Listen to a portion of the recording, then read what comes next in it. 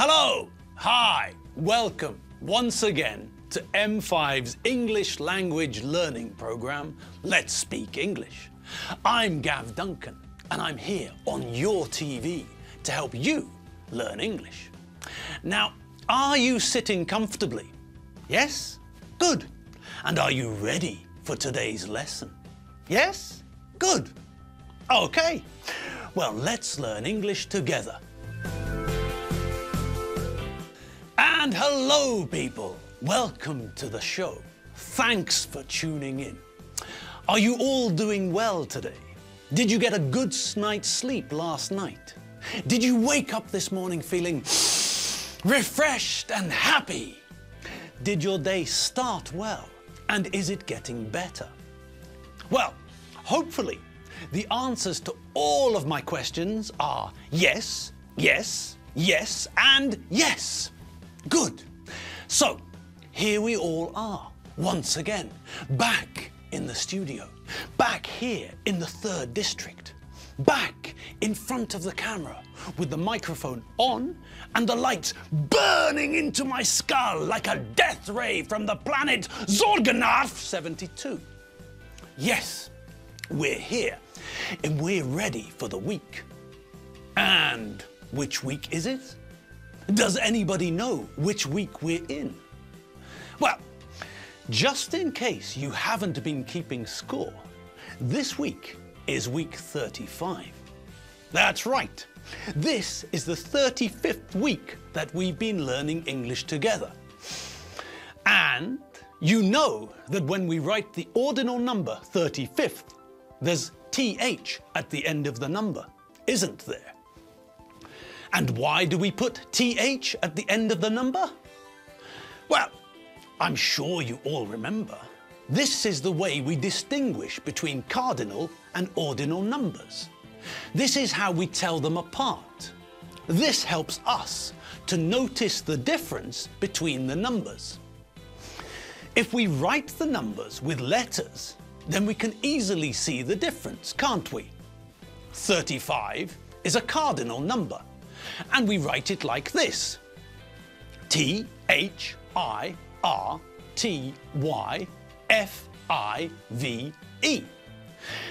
And when we write the ordinal number from 35, we can easily see that one number is a cardinal number and the other number is an ordinal number. THIRTYFIVE.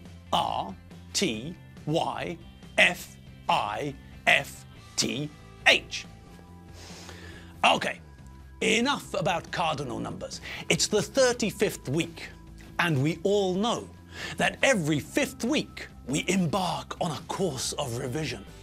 We have another look at the stuff we learned in the previous 4 weeks.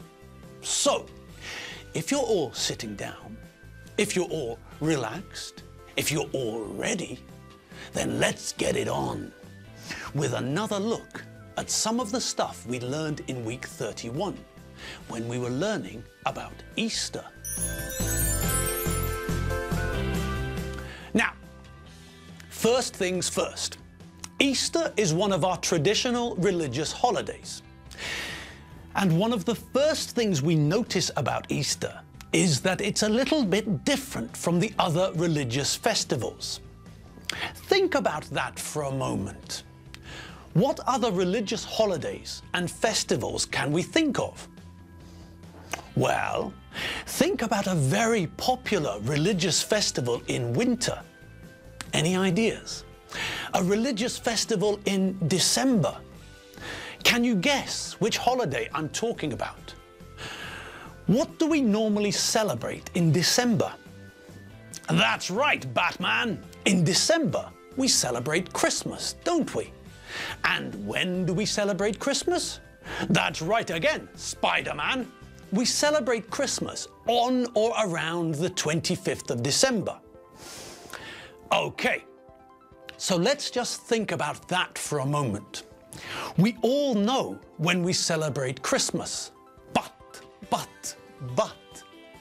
Easter is a little bit different, isn't it? We know that Easter is a little bit different from the other religious festivals, don't we? Okay, When we talk about religious festivals, then we normally concentrate on the two biggest religious festivals these days, Christmas and Easter.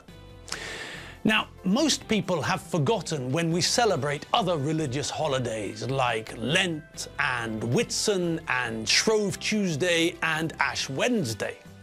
But right now, I'm going to concentrate on Christmas and Easter and the main, most basic difference between them.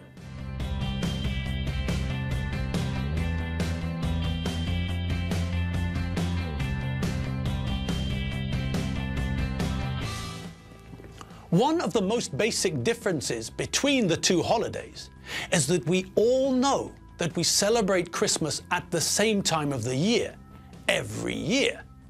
But with Easter, well, with Easter, we have to check. It's not on the same day every year. Easter moves. Easter is called a movable feast, and this means that it doesn't happen on the same day every year. We have to calculate when Easter is going to be. Both Easter and Christmas are annual celebrations. We celebrate them annually. Now, I'm not sure if we've seen those words before, so let's have a quick look at them, shall we?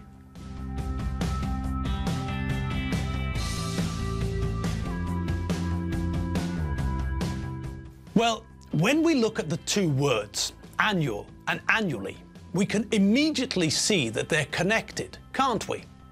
Yes, the only difference between the two words is the ly at the end of one of them. Where have we seen ly before? Can anyone remember? Yes? Of course. We saw ly when we learned about adjectives and adverbs, didn't we? Now, who can remember what we learned about adjectives and adverbs? Okay, go on then. The stage is all yours. I can't hear you. Can anyone hear anything? No? Is your microphone turned on? Is your microphone working? Chobba, any ideas? Okay. Chobba thinks there's a problem with the microphone. So why don't I tell us all about adjectives and adverbs? Because my microphone's working. Okay.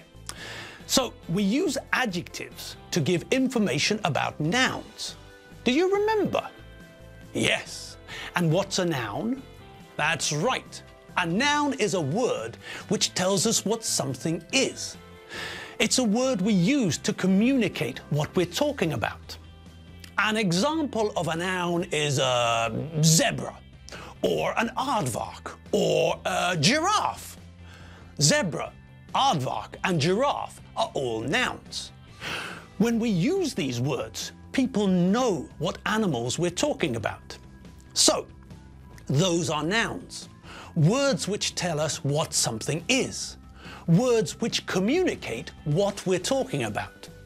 No. As I'm sure you all remember, we use adjectives to give more information about nouns. Adjectives are words like red or tall or clever, for example. When we use adjectives, we can give more information, more color to what we're saying. Remember, it's not just a cat. It's a Siberian, one-legged, short-tailed, black and green spotted cat. Okay, so that was a brief reminder of what adjectives are and what they do. They tell us more information about nouns. They give color to our sentences, and they provide information. Good. Now, who remembers the difference between adjectives and adverbs? Anyone? Yes, that's right. Adjectives give more information about nouns, and adverbs, well, adverbs do the same thing. They give more information, but adverbs don't give information about nouns. Adverbs give information about verbs. Do you remember adverbs give us information about verbs, about how someone does something, for example. He ate his lunch quickly. He sat down at the table at 12 noon, and he finished his pizza and left the table at 3 minutes past 12. Now, as I'm sure you all remember, lots of adverbs end in ly. Not all adverbs end in ly, but a lot of adverbs end in ly, which makes it easy for us to identify adverbs. Okay, we know that most adverbs are just adjectives with ly stuck on the end, but we do have to be careful about spelling, don't we? That's right. If the adjective ends in y, for example, we don't add ly to the end of the word to make the adverb, do we? No. If the adjective ends in y, like heavy, then we have to replace the y with ily when we want to make the adverb. We take the adjective heavy and turn it into the adverb heavily. So we can say that these men are heavy men, and when they sit down heavily. Now, like other religious festivals like Lent and Whitsun and Shrove Tuesday and Ash Wednesday, these celebrations are annual. We celebrate these holidays annually. But with Christmas, we know when we are going to celebrate it every year. With the other religious holidays, things are less clear. We celebrate them annually too, but the dates change. We have to calculate when the holiday is. This year, for example, Easter Sunday is on the 16th of April. But last year, Easter Sunday was on the 27th of March.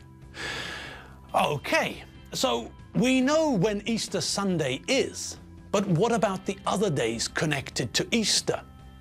What are the other days? Well, 2 days before Easter Sunday, we celebrate Good Friday. And the day after Easter Sunday is Easter Monday.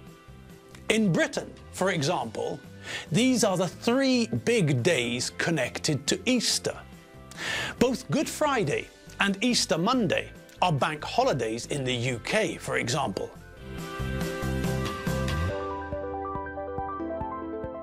And that's all we have time for today.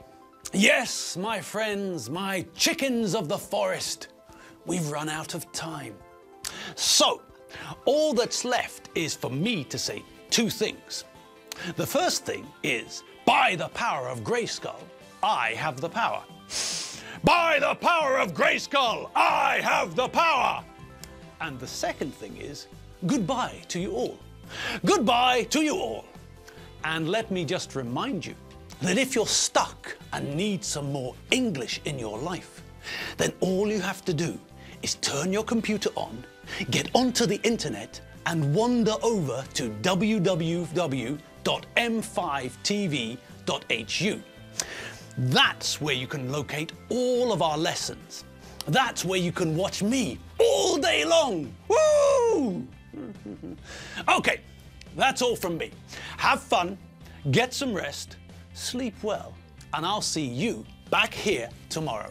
See you later. Bye.